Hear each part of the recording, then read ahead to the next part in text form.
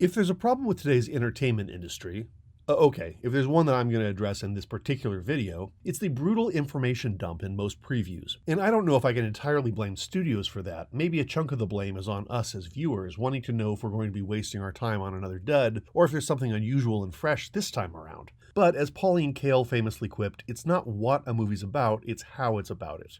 Action films and bios and rom-coms can be great, or they can be dismal. Gobble, gobble. Regardless of their plots, depending on how they're executed. There is a pantheon of movies built 100% on a twist, and most of the time I think those movies are pretty meh on a second viewing, and even on the first if you guess the twist in advance. A twist movie worth rewatching is rare. The Maltese Falcon, The Crying Game, Fight Club, The Big Sleep. It's a short list. Really telegraphed twists have much less charm, but they're fine if the meat of the film has more to offer. Sometimes it's the entire fabric of the film, not some plot detail that needs to be a surprise. When you go in thinking you're seeing X, but it's actually Q. The sorts of movies you almost cannot recommend because of the Heisenberg principle. Once you recommend the movie, the bloom is gone. But those movies are so good. So here are 4 movies I refuse to tell you about, but which bear multiple viewings.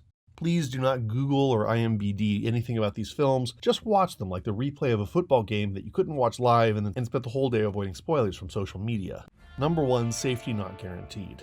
Aubrey Plaza was only beginning to become a star when this came out in 2012, back when Kristen Bell's brief appearance was this movie's advertising hook. Plaza plays a reporter following up on a classified ad that reads, "Wanted, someone to go back in time with me. This is not a joke. You'll get paid after we get back. Must bring your own weapons. Safety not guaranteed."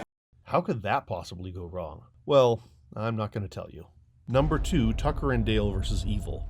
This is a comedy slasher, and that's all I'm going to say. Any movie with Alan Tudyk is going to be fun. This is perhaps the best slasher since the genre's 1980s heyday. It nails the essence of the genre, and it has a fantastic cast. Just don't make me tell you a single word more.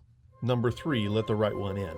A sad, dark film about life in a Swedish tenement, this tender story about a young nerd who meets a girl and her mysterious guardian is about as good of an urban drama as you can get. Please check it out, the Swedish original, not the American remake. Number 4, Psycho.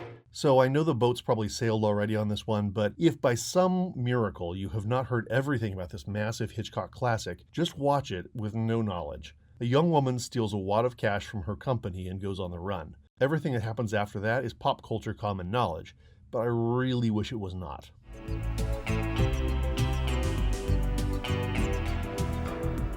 When you go to a museum, you have the privilege of walking up to a painting or a sculpture, and you have no idea what you're getting into.